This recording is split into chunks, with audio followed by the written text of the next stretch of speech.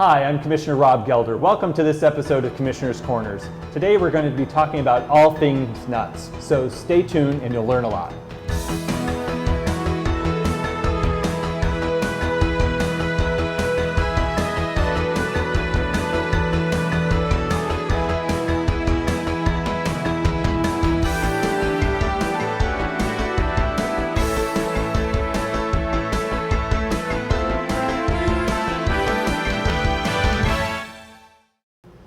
So welcome again to Commissioner's Corners. Joining me today is Tami and Clark Bowen of CB Nuts. Thank you so much for being here and being part of this program. Thank you, Commissioner. Appreciate it. So I think it's one of those things that we met a few years ago. I think it was probably about 4 years ago now. We hosted a White House Small Business Administration kind of summit, and you took part in that, and I thank you for doing that.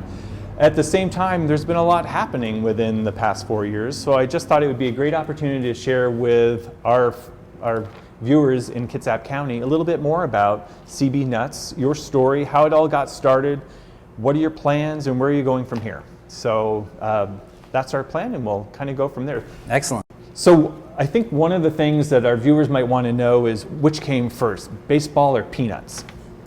Baseball definitely came first, and then there's the seventh inning stretch, which is buy me some peanuts. So once that happened, then everything started to fall in line. But I was a fan, watched a lot of baseball over in Wenatchee, ate peanuts in the basement to escape this heat, which we're starting to understand what we go through in Eastern Washington a lot over here, and fell in love with peanuts. And the two have just been with me as I've grown into an adult, and now we have the business to thank for all of that. So how did it get started? I mean, I know I've heard stories, but if you wouldn't mind sharing with our viewers. Sure. So I was a season ticket holder down at Safeco Field. That was prior to when my wife and I had children, and you could escape for 81 games into baseball. And I was just tired of the peanut quality. And I'd had some really good peanuts out on the East Coast during a Mariners swing through Camden Yards. And I really wanted to replicate that selfishly, just for myself. I started to invest more into this hobby. I was in kind of sought and then was invited by the Seahawks to roast out on the streets of Occidental. So I opened up in 2002 out there right before the Mariner games. Ended up in the Mariner games by the second inning with fresh peanuts and beer money, and life was good. And that really was the beginning of it all. So you were doing another job at that time that you started this hobby and this pursuit? I was in a wonderful position. I had been running a business since I was 19, and at that point that was my first summer of really kind of relaxing. I had a couple employees running my other business, and it gave me an opportunity to kind of reflect on what I was doing and where I was going, and this was something I was extremely passionate about. I didn't know how passionate I was at the time when we started, but absolutely. So this is obviously become very much a family business, really. So how do you figure out who does what? Tami, you do sort of the business end of things, or what does a day in the life look like? Well, we've been able to grow this business from just the idea, and so our roles and responsibilities have changed as the business has grown. And when we started, both of us were, even when our babies were young, I'd be around the stores, selling into customers, rotating stock on the shelves, and Clark would be up late into the night roasting peanuts. We have pictures of, our babies in the pack and play while we're bagging up peanuts. But as the business has grown, my roles have become more of the business management side of it, and Clark's more of the food safety and the production and some procurement. of the procurement. So how did you decide when was the right time to sort of end the other business and go full time into this? Well, Tami, she really had the drive for the peanut business. I was still kind of approaching it as a hobby. I was spending more and more time and resources towards the hobby, and then the timing the Seahawks had called and said, hey, we want the peanuts for the Sweets at Quest, as it was known at that time. And that's when Tami really started to step in and say, okay, this can be a model of a business we can go forward with. And so I think that was in 2002, and over the next 4 years, really developed kind of that model and proved the concept. I mean, people thought we were crazy to go start selling peanuts for a living, but Tami really felt that, look, this is how we're going to do this. This is our model. This is how we achieve it. And in 2007, we really found the opportunity that it was time. It was time to really jump off that cliff together. And so we sold the other business, and here we are. So we're sitting in sort of your original outside of your home kind of storefront and production facility, which looks a little bit different today given that we're in a dugout. Why don't you tell us a little bit about what we're sitting in here in terms of the old Kingdom dugout? This is an original Kingdom dugout. Tami, this was kind of a father's and birthday gift all wrapped into one. Really helped bring my story as a start full circle. We got it from an individual who purchased them from the Kingdom sale auction, and they were kind of rotting away, and I was able to convince him to split them up after Tami had seen they'd come up for sale again. And then we went through and did a full frame-off restoration of a dugout. So it's awesome. Yeah, we love it. We love it. I mean, if you think, now I really want a visitor's dugout, because if you think of the Hall of Famers who sat in that one. But it's good to have goals, yes, and something to look forward to. So tell us a little bit about the location that we're in now. So it started off, how did you find it, kind of moved into here, and production was here for a certain amount of time, but you've really kind of changed what this model looks like. So can you tell us a little bit about that? Yeah, we've always been pretty committed to running this business out of the North Kitsap. We live in Hansville, and Clark had commuted for years, so being outside of this immediate area was not really anything we even considered. We had been doing a lot of the production. We had tried to do some production down in downtown Seattle before games. We had tried to do some production at a friend's house, and then this space became available. So we'd been looking for a while to find a suitable location. Part of our process was really loud at that point, and so we needed to be in a place where we weren't going to be disturbing neighborhoods or other businesses. Sure. So it worked out really nicely for that. And it's evolved quite impressively. At first it was just a big open space. We put in this roasting room. Just everything's been improved on a pretty much a big open concrete space. So. Well, I know it's even the sort of the retail side of things has changed from when I first came into a very small retail space in the corner, when this was really more devoted, I would imagine, to the production side. So can you tell us about sort of that evolution? Well, in 2012, we were bursting at the seams here. We had to move something every day so we could get to work, whether it was pallets of jars or boxes or bags, and we were tripping all over ourselves. In 2012, the Food Safety Management Act was passed through, and so some of the way that our food production was accessible to the general public was no longer allowable. And since we had outgrown the space, it was time to find a new home. Because we live in this space, or because we own this building, we hadn't lived here. Not far from the truth. That's right. We had to figure out a way to continue offering our products to the public and having a place where they could come see our process, in addition to making it a usable, successful space. So you basically outgrew this space, and how difficult was it to find a location that was nearby in proximity and that would sort of meet your needs as you grew? You know, we were fortunate that, I mean, it is what it is from an economic standpoint as far as the recession was concerned. But because of the recession, it left a lot of industrial space open up here in North Kitsap, specifically the Kennedy Business Park. It had been, was just about transitioned over from bank ownership. but the credit union, Kitsap Credit Union, had owned the park essentially. And so there was available space. We made some arrangements with Kitsap Credit Union, found a space that would meet our needs, and did short-term leases is really what the bank was willing to do, knowing that at some point they need to move it off their books. So we came to terms with them and we started to move out.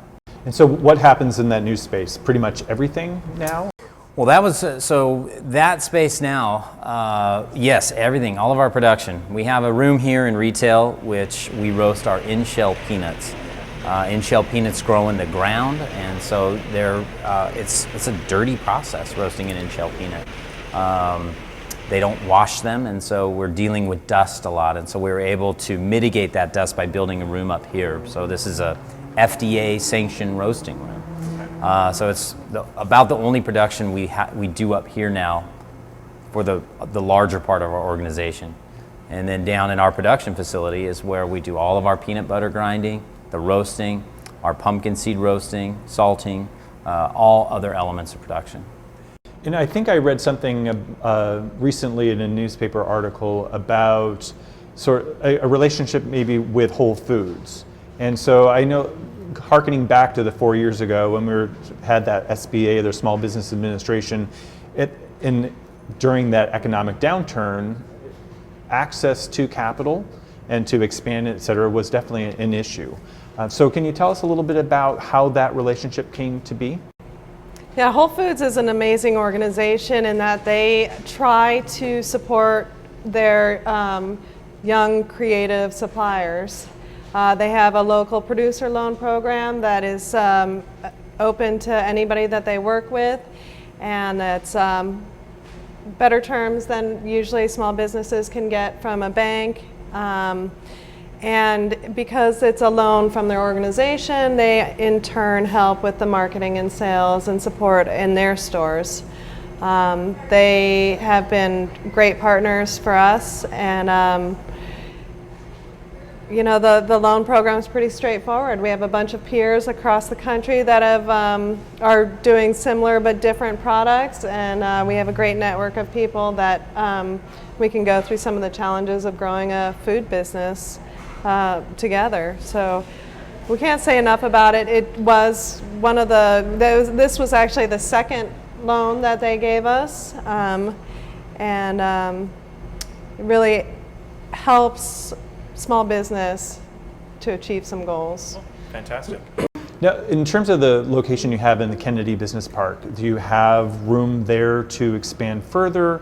Are there other interests in the future, or are you sort of waiting to sort of see what that might hold for you? Well, fortunately for Kitsap County, you know, we've seen an increase in commercial land value pretty quickly, and so we needed to just jump on something that we own. Primarily, as Tammy's alluded to, the food safety laws have become tenfold more expansive. Sophisticated. And so as far as, is there room? We're going to be tight. You know, we'll see. There's another building. There's a 20,000 square foot building there that's still for sale. Depending on who ends up buying that building, we may have an opportunity for some further lease space there. But as it is now, we have a little room in our building to grow. But depending on this growth cycle we're in now, we could outgrow it pretty quickly. So what would you say is sort of the number one piece of advice that you would give someone who wanted to start off their business? Whether it's kind of food or some other business, that maybe they're doing something that was a hobby, that they're working out of their garage and they're looking to make that next step. Is there one learning that you've had over the years that would be something that you want to share with others? I think that you have to have a model. You know, you've got to, an idea is one thing, and it's a fabulous thing to have an idea, but you've got to have a model. You've got to be able to put that model to people, to find some way to test it, give it some legs, you know, any way to where you can get even a little bit of traction. And if you find that you're getting a little bit of traction, then you've probably got a doable model. And I think that's probably the best advice I could give. I would say that we really benefit also from having a retail spot where we can talk to customers directly. That's always been helpful. We do a lot of demos in the stores where you're getting real feedback from your end customer, and in an unbiased way. You're just getting what people want to tell you, and as long as you're taking that in and absorbing it and making the course corrections that you need to make, That's great. you have the benefit of that direct feedback. So this has been very much a family business. So talk about your kids a little bit and how that's, how do they like peanuts? And really, how involved do they get at all? Or Yeah, our kids are, I think, pretty proud of the fact that we do this and have a sort of high visibility role in the community. They eat peanut butter and jelly sandwiches pretty much every day. And our son he won't even try other peanut butter. He's so dedicated to what we're doing. They're pretty cute about it. They come in, they work from time to time, they're pretty solid part of this organization. The best day of my life was realizing there was no irony in that our kids were not allergic to peanuts, because that would have been bad. that would have been a game changer, so to speak. Yes, it would have been. So, in reading a newspaper article recently, you sort of talked about this philosophy of sort of kind of going full circle. And I don't know sort of where you are with that thinking, but what does that mean? Sort of kind of assessing the business overall and kind of what your goals are for the future. Because I know sometimes when a family business gets up and running, it's sort of like, okay, well, it becomes a legacy for the next generation or the generation after that. So what is your thinking about sort of what you're building here and what that means for the future? I think we probably both have answers to that, and we always are trying to find the middle ground there, or where we find commonality. I think for me, the full circle is we worked and we continue to work our tails off. But in the beginning, I mean, I would sleep up here because we could only take 3 or 4 hours off. I mean, we busted our tail, and the economy wasn't good, and we continued to grow through that period. So for me, full circle is just finally kind of getting back to a point of just mindful health and feeling confident in your business and the model, and finally being able to just breathe a little in the success that we have had. For me, that is full circle, to be able to go out back to the games with my boy now, and as us as a family, and enjoy the ball games, and kind of get back to some normalcy in life is to me a full circle kind of element that I'm very grateful for. Alex, how about yourself? Oh boy, I mean,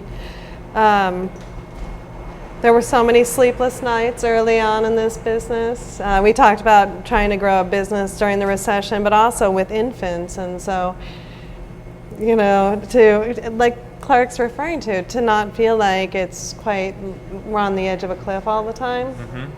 I'm not sure if that's full circle, but. Well, it is what it is for you in the moment. And I think the thing I take away from what you said is it's about balance.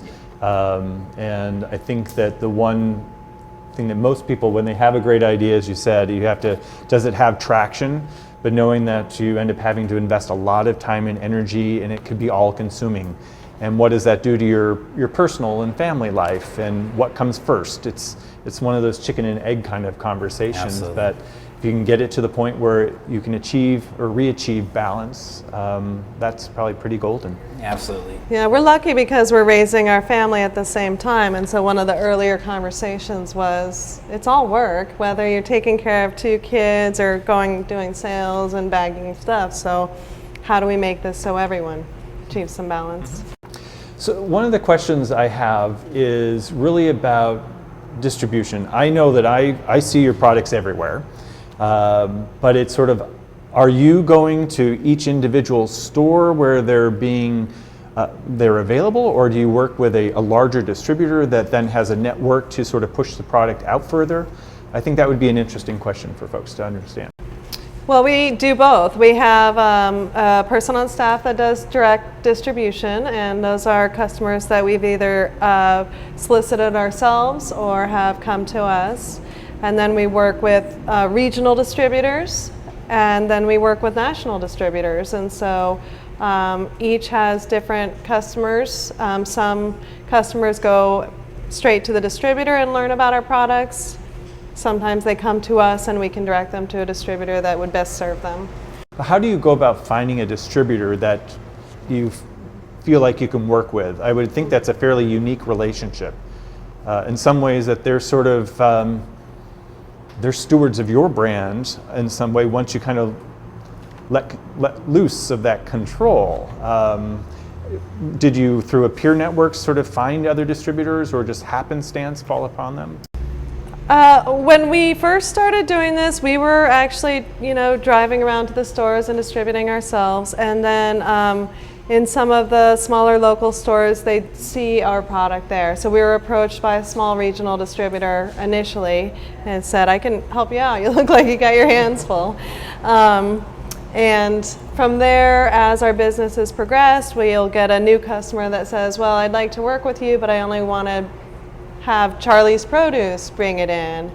So then we go and meet with Charlie's and say, Hagen's ready to bring our product in, will you guys distribute to them? Okay. So it's, they're all relationships, they're all different, but it is, you need to demonstrate a demand from the store side before a distributor is going to pick you up. I see.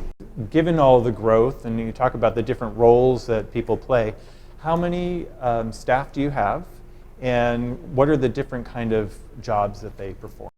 I see our business as having 3 different business units. We have our office group, we have our production group, and then we have this retail group as well. And right now on payroll, we're about probably a couple fewer than 30 people right now, but right around 30 people. And then we have managers who are supervising each of these business units so that we can Keep everything rolling. Try to lead with some effectiveness. Yeah. Yes, exactly. Great. So one of the questions people might have, if they're really into peanuts and they love your product, are you hiring? We hire about every 2 to 4 months. It depends. We always encourage people to send in a resume, and we definitely cull through them. Tami will cull through some. Myself and our production manager Tom Holtz will go through, and if we see good candidates, we bring them in. We just hired a retired Coast Guard engineer. We're very excited to have him on the team, and it was one of those things where he had his resume for a while, couldn't quite see a fit, and then all of a sudden, boy, it makes sense, and so that's kind of how our hiring process works. Is there any kind of, is this something that people might apprentice in if they're maybe interested in food production or that type, and they could come and learn a little while and then sort of take those learnings and move on to their own type of business? Do you see potentially a role for that type of transitional type of work? Absolutely. I mean, that's been a core to our hiring for a long time, is that particularly in production, we see those as starter jobs. We get a lot of kids that are just graduated first job, get them a little bit of experience and some job training. Some have demonstrated that they're interested in food safety, and so we'll continue their education down that line.